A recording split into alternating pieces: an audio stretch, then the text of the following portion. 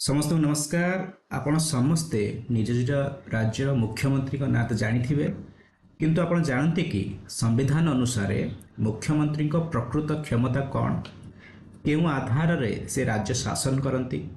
आज भिडियो आम मुख्यमंत्री जो पदवी रही तार सांविधानिक दिग एवं से क्षमता विषय सहज भाषा आलोचना करवा। ये भिडियोटी आमर सिविल सर्विसेज एग्जाम हो कि ओडब्ल्यूएससी ओट्रिपलएससी एग्जाम जो सीटीबीडी एंट्रांस एग्जाम हो ओटीटी ओएसटीटी आमर RST JTS assistant teacher exam पर हेल्पफुल हम पॉलिटी चैप्टर रू। तो भारतीय संविधान षष्ठ भाग में राज्य कार्यपालिका विषय वर्णना करा जायछि। सेठी दुई प्रकार मुख्य कथा कहुई राज्यर। गोटे मुख्य होती राज्यपाल जी होती राज्यर नामक मात्र मुख्य बा नोमिनाल एग्जीक्यूटिव। द्वितीय होती मुख्यमंत्री जी होती राज्यर प्रकृत मुख्य जहाँ कहुच्छी रियल एग्जीक्यूटिव। आसतु जानिबा संविधान केउं धारा बा आर्टिकल रे एई पदवी आसुछि। धारा 163 एथिरे कहा जायछि जे राज्यपाल को साहाय्य और परामर्श देबा पई एक मंत्री परिषद रहिबे एवं एहार मुख्य रहिबे मुख्यमंत्री। आ धारा 164 कहूछि जे मुख्यमंत्री को नियुक्ति देबे राज्यपाल।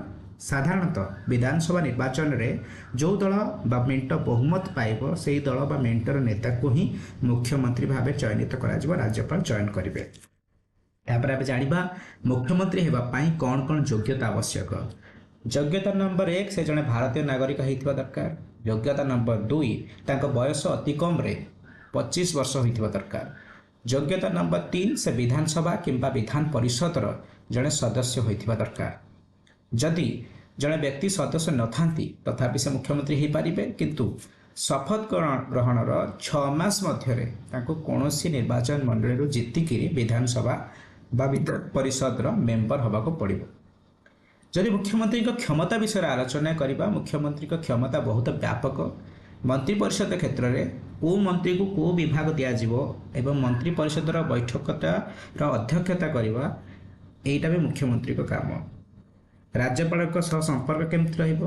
धारा 167 कहूँ मुख्यमंत्री मंत्री परिषद समस्त निष्पत्ति विषय राज्यपाल को अवगत कराइबे। ता छड़ा विधानसभा सरकारी नीति घोषणा करने और सभा भंग करने राज्यपाल को सुपारिश करने क्षमता भी मुख्यमंत्री अर्थात मुख्यमंत्री होती विधानसभार नेता। जदि कार्यकाल विषय आलोचना करवा, मुख्यमंत्री कार्यकाल साधारणतः 5 वर्ष, किंतु से पर्यंत निज पदवी रही पारे जे पर्यंत विधानसभा दल बहुमत मेजोरिटी थी। जदि विधानसभा अनास्था प्रस्ताव आसे एवं बहुमत प्रमाणित हो पारे ना तेज इस्तीफा देवाक पड़े। तो ये थिला आमर आलोचना मुख्यमंत्री विषय सांविधानिक जो व्यवस्था रही से विषय को संविधान धारा मुख्यमंत्री साथी एसोसिएटेड से विषय आलोचना कले। एबे समय आसी आम जहाँ आलोचना कले से रिलेटेड दुईटा एमसीक्यू डिस्कसन करवा। आमर कॉन्फिडेंस या द्वारा आसो जे आम पढ़िक किछिटा ज्ञान आरोहण कले। तो क्वेश्चन नंबर 1 कहूँ भारतीय संविधान केउं धारा अनुसार राज्यपाल को साहाय्य और परामर्श देवाई मुख्यमंत्री अध्यक्षतार एक मंत्री परिषद रहिबा व्यवस्था अच्छी। धारा 161 ना 163 ना 153 ना 167। करेक्ट आंसर होची धारा 163।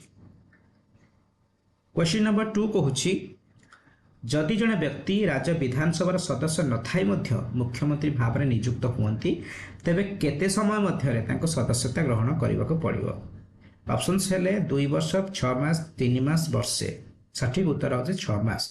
अर्थात जड़े व्यक्ति विधानसभा सदस्य न थाई भी आमर सी हो पार मुख्यमंत्री हो पार तापर 6 मास भितर सदस्य होगा पड़ो। एमती होता लास्ट टाइम जितेबाला वेस्ट बेंगल इलेक्शन होता 2021 से ममता बानार्जी नंदीग्राम सीट हारी जाते शुभेन्दु अधिकारी किंतु दल संख्यागरिष्ठता पाई तो सी भवानीपुर सीट जो सीटिंग एमएल जीति इस्तीफा दबा पड़ा और से जगार ममता बानार्जी जीतिक मुख्यमंत्री हेले 6 मास भितर। तो एमती हो पार जन सदस्य न थाई भी मुख्यमंत्री हो पार, किंतु कंडीशन अप्लाय 6 मास भितर विधानसभा हो कि से राज्य जदि विधान परिषद अच्छी देकर तार सदस्य होगा पड़ो।